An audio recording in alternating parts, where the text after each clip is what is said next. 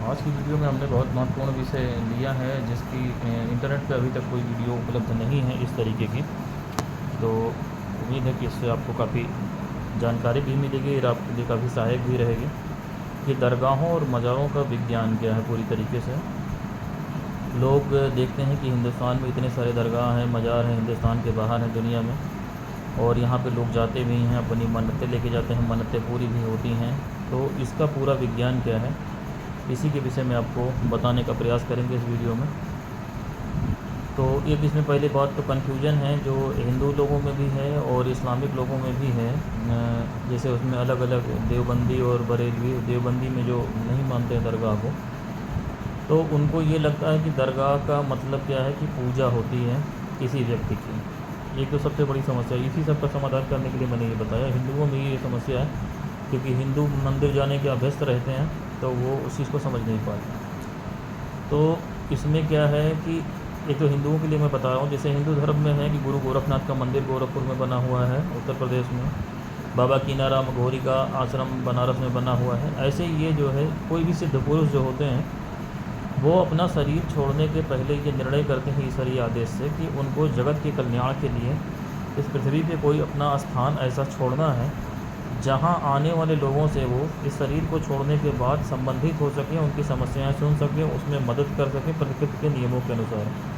तो वो चाहे हिंदू कोई जो है पहुंचा हुआ पुरुष हो, सिद्ध महात्मा हो, चाहे इस्लामिक कोई शक्ति हो, बुजुर्ग हों, वो सब में यही नियम लागू होता है कि ये शरीर छोड़ने के पहले उनको ईश्वरीय आदेश अल्लाह के हुक्म से ये बात बता दी जाती है कि आपको रुकना है कि नहीं। जैसे आपको साईं बाबा का स्थान मिल जाएगा, गुरु गोरखनाथ का मिल जाएगा, मच्छिंद्र नाथ का नहीं मिलेगा, बाबा कीनाराम का मिल जाएगा, लेकिन उनके जो है गुरु का नहीं मिलेगा। दत्तात्रेय जी के कई स्थान हैं। तो हिंदू धर्म में बल्कि आपको कम ही मिलेंगे। रामकृष्ण परमहंस का बनाया गया है, लेकिन हम उस तरीके से नहीं है। दरगाहों की जहाँ तक बात है तो दरगाहों में ये हज़रत मोहम्मद मुस्तफ़ा साहब के बाद जब हज़रत अली से ये रूहानियत चलती है टोटल, क्योंकि इस्लाम में उनका जो दो कैटेगरी है, एक ज़ाहिरी एक बातिनी। तो जो बातिनी सिलसिला है वो हज़रत अली से चलता है। ज़ाहिरी जो है इस्लाम वो सबको पता है क्या है, सबके फ़र्ज पता है, 5 वक्त की नमाज है, कलमा रोज़ा, इस तरीके से सब कुछ जो फ़र्ज है। लेकिन जो बातिनी है, जो रूहानियत की दुनिया है, जिसको साधना का दुनिया या सूफियों का विज्ञान कहते हैं, उसमें ये चीज़ मैंडेटरी होती है कि कोई भी साधक जब अपना शरीर ये छोड़ेगा, इस दुनिया से जाएगा, तो उसको कहीं ना कहीं स्थान उसको जो है मज़ार के रूप में लेना होता है। इसलिए कि वो अपने आने वाले जो जिन लोगों को छोड़ के जा रहा है, अपने शिष्यों से वो संबंधित रहे, उसका रूहानी फैज़ उसको मिलता रहे, मार्गदर्शन मिलता रहे। और इस्लाम चूँकि 600 ईस्वी में आया था, तो इस समय दुनिया का सबसे आधुनिक धर्म है ये। तो उस समय देखा गया कि जो हिंदू धर्म या दुनिया भर के सारे धर्म थे, उसमें देखा गया कि गुरुओं की चेन टूट गई।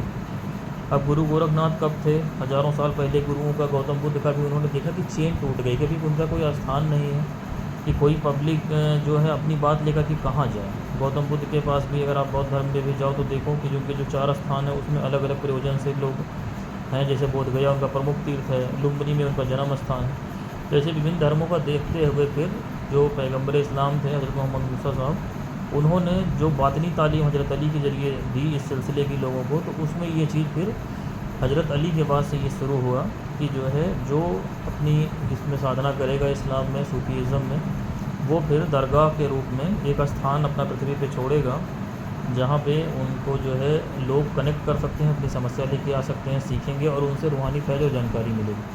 अब चूँकि उस स्थान को पवित्र रखना है, बचा के रखना है, और उसके कुछ जो है एहतमाम होते हैं, क्योंकि दरगाह में जो बुज़ुर्ग रहते हैं वह उनका पूरा निज़ाम, ऐसा तो है नहीं कि वो दरगाह में ही रहते हैं। चाहे कोई हिंदू शक्ति हो, चाहे जो इस्लामिक दरगाह की शक्ति हो, ये उनका पृथ्वी पे एक कनेक्टिंग पॉइंट होता है। जहाँ पे आप सोचते हैं उनको दफन कर दिया गया या उनकी समाधि बना गई, ये कनेक्टिंग पॉइंट होता है। मैंने पहले भी बताया था एक वीडियो में कि 5वें शरीर की अवस्था किसी को उपलब्ध हो जाए, चाहे वो किसी भी धर्म का हो, तो उसको पृथ्वी पे दोबारा शरीर लेने की आवश्यकता नहीं होती। वो अपनी साधना पे 5वें शरीर से ऊपर के शरीरों में अन्य लोकों में उनके जन्म होते रहते हैं और वो उस साधना को कंटिन्यू कर सकते हैं, क्योंकि उसके पीछे नहीं आना पड़ता मानव योनि में। तो उससे वो अपनी साधना आगे की करते रहते हैं और जब तक उनको 7वां शरीर उपलब्ध नहीं हो जाता।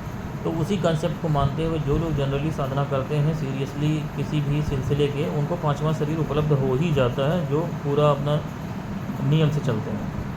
तो ये कंसेप्ट है। अब चूँकि वो स्थान पब्लिक का वहाँ पे जमावड़ा रहता है, आना जाना रहता है, लोगों को बातनी फैज़ लिया जाता है, तो उसमें और बहुत सारी शक्तियाँ रहती हैं क्योंकि बुज़ुर्ग लोग तो अपने वहाँ हमेशा मौजूद नहीं रहते, वो जिन लोगों में रहते हैं, उन्होंने नया शरीर जिन लोगों में लिया है, वहाँ भी उनका आना जाना एक तरीके से रहता है। उस लोग का भी काम देखते हैं, क्योंकि उनका जो है ये शरीर छोड़ने के बाद अन्य लोगों का काम भी उनको दिया जाता है। अनेक लोग हैं पृथ्वी के अलावा जहाँ पे लोग साधनाएँ कर रहे हैं, तो उनको भी मार्गदर्शन देने के लिए जो है उनकी ड्यूटी रहती है। तो यहाँ पे उनका एक निज़ाम होता है, जो दरगाह मज़ार होता है यहाँ पे, ऐसे ये हिंदुओं के स्थान है, गुरु गोरखनाथ का है वहाँ पे, तो यहाँ इनका एक निज़ाम होता है जिसमें जो है उनकी शक्तियाँ रहती हैं।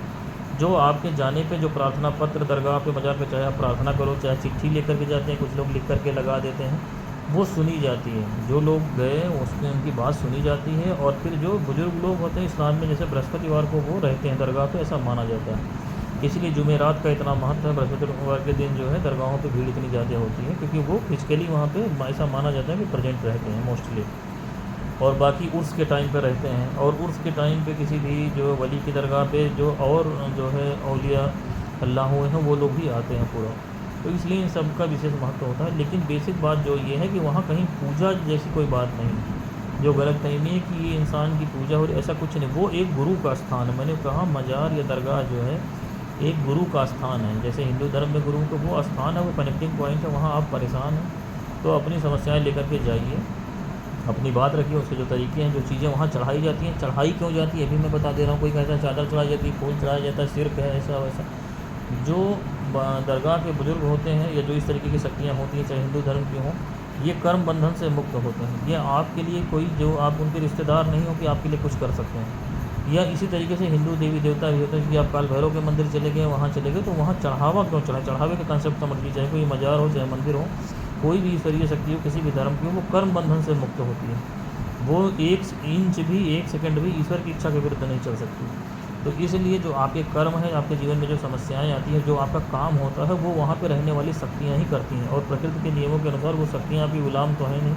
तो इसलिए गिव एंड टेक का रिलेशन होता है। कहीं पैसा चढ़ाया जाता है, कहीं जानवर का सदका किया जाता है, कहीं चादर चढ़ाती है। जो जिस तरीके की आपकी समस्या है, उसी तरीके की चीज़ों से आपको फ़ायदा होता है। इसलिए बहुत सारे लोगों को फ़ायदा नहीं भी होता, क्योंकि जैसी बीमारी वैसा इलाज कोई बताने वाला है नहीं। अब किसी दरगाह पर सिर्फ आप जा रहे हो और जो समस्या बहुत बड़ी है, तंत्र मंत्र से ग्रसित हो, और सोच रहे हो कि खाली वहाँ पे जाने से सब हल हो जाए, तो वो लोग क्या करेंगे, जो आप चढ़ावा चढ़ाओ तो उसी के एवज में आपकी मदद हो जाएगी। यानी आपको रहनुमाई कर देंगे, सही जगह पहुँचा देंगे जहाँ आपका इलाज हो सके, दुआ कर देंगे आपको। कि बुजुर्ग कोई ईश्वरीय जो शक्तियाँ होती हैं, जिससे आपके लिए दुआ करते हैं, प्रार्थना करते हैं, लेकिन उनकी दुआ चूँकि कबूल इसलिए हर हाल में होती है कि वो दुआ करने के पहले अपने कर्म बंधन से मुक्त हैं। आप उनके ना तो चाहते हो और ना वो आपसे नफरत करते हैं।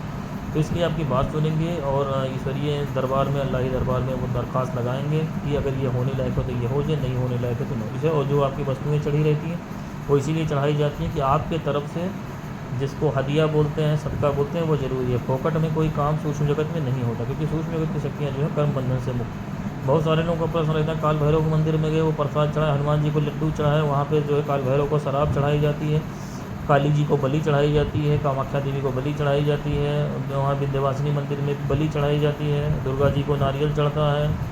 तो ये सब क्यों? उनके अपने खाने पीने के लिए नहीं है, ये आपके तरफ से ईश्वरीय नियम है, क्योंकि आपका कर्म है। आपके कर्मों के कारण आप कष्ट में पड़े हो, चाहे इस जन्म के हो चाहे दूसरे जन्म के हो, तो उसकी काट ईश्वरीय नियमों से ही होगी। ईश्वरीय शक्तियाँ कभी कर्म बंधन में नहीं फंसेंगी कि आपके ऊपर दया करके वो कोई काम करेंगे। जो आपकी मूर्खता है वो यही है कि कोई बुजुर्ग हो या कोई ईश्वरीय शक्ति हो, वो दया करके काम नहीं करेंगे, वो प्रकृति के नियम उससे बने होते। तो आप उनके ऊपर जो चीज़ें चढ़ाओगे, जो उनका नियम है, उसी के हिसाब से ये काम होता है। ना तो किसी दरगाह पे कोई पूजा पाठ करवाता है अपनी, और ना कोई देवी देवता इस तरीके की, उनको आपकी ज़रूरत नहीं है। काल भैरव की आपकी क्या ज़रूरत है, या काली जी को आपके बलि की क्या ज़रूरत है? जो कुछ आप करते हो वो अपने काम के लिए आप करते हो। या किसी दरगाह पे आप चादर चढ़ाते हो, कुछ भी चढ़ाते हो, उसके अपने अपने नियम है। कहीं कपड़े की चादर, कहीं फूलों की चादर, कहीं जानवरों का सदका करा करके फातिहा दिया जाता है, मिठाई का फातिहा देते हैं। ये सारे तरीके हैं, लेकिन सबके पीछे कंसेप्ट यही है कि वहाँ से आपकी मदद हो जाती है, रहनुमाई हो जाती है, निगेटिव एनर्जीज वहाँ प्रवेश नहीं कर पाती।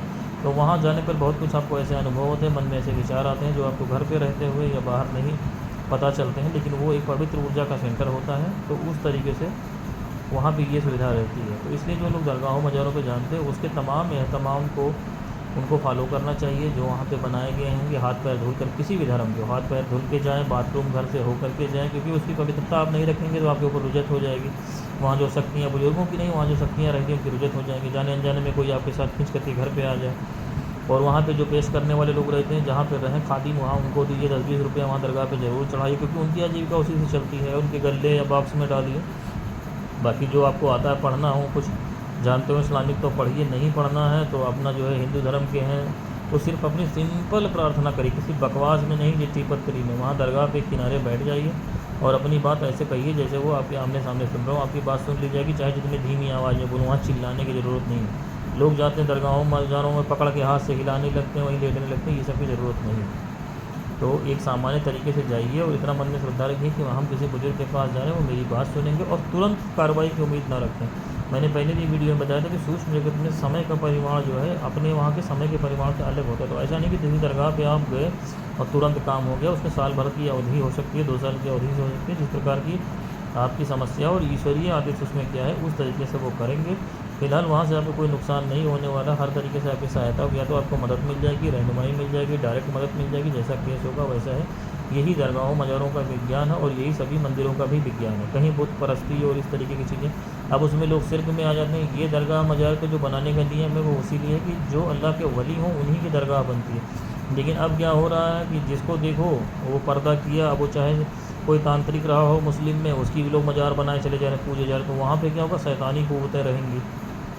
दरगाह बनाने की इजाज़त किसको है? जब कोई एक बुज़ुर्ग इजाज़त देगा दूसरे बुज़ुर्ग को, तब दरगाह उसकी बनेगी ना। जब वो अल्लाह का वली हो चुका हो इसी शरीर में, तब उसकी दरगाह बनेगी। ऐसा थोड़ी ना कि कोई भी जो है तांत्रिक हो, गलत काम किए हो, थोड़ी बहुत साधना कर ली हो इस्लामिक, और उसकी जो है वो ख़त्म हुआ, किसी सिलसिले में बैठ रहा हो तो उसकी मज़ार बन जाएगी। ऐसा नहीं होता है। आप किसी भी सिलसिले से थोड़ी बहुत साधना करके, जब तक आपका गुरु पर्दा करने के पहले ये ना बात नहीं बताता है कि तुम जब पर्दा करोगे तो तुम्हारी मज़ार बनेगी, और उसको जो है साधना के दौरान ही तुमको ये बता दिया जाएगा पर्दा करने के पहले कि तुम्हारी मज़ार बनेगी, जब तक उसकी मज़ार नहीं बन सकती। लेकिन अब फैशन क्या है कि जिसको देखो वो पर्दा किया दुनिया से, तांत्रिक है, ढोंगी है, कुछ भी है, उसको ले जाके मज़ार बना दिए, पूजने लगे। तो वहाँ पे क्या होता है, शैतानी क़ुव्वतें जुड़ जाती हैं। और जो लोग नहीं जानते, गरीब तबके के, वहाँ जाके पूजा पाठ चढ़ाने लगते हैं और उसमें फिर वो परेशानी में पड़ जाते हैं। तो इसलिए ये भी ध्यान रखें कि आप जब भी जाएँ तो किसी अल्लाह के वली की मज़ार पे जाएँ। अब तो इंटरनेट का ज़माना, उनके बारे में पता कर लें कौन है, किस सिलसिले से है, कितने पुराने। क्योंकि दरगाह जो आपको ऑथेंटिक मिलेंगी लगभग सब जो है 1800 ईस्वी के पैरेलल की ही मिलेंगी, या हद से तो 1920-25 तक की मिलेंगी। उसके बाद की दरगाहें जनरली यहाँ पे नहीं मिलती हैं जब तक आपको बहुत बारीकी से ना जानते हो। तो ये सब चीज़ें ध्यान रखें कि उनका किसी सिलसिले से संपर्क है, कैसा है, और वहाँ बड़ी तादाद में लोग आते होंगे, काम होता होगा।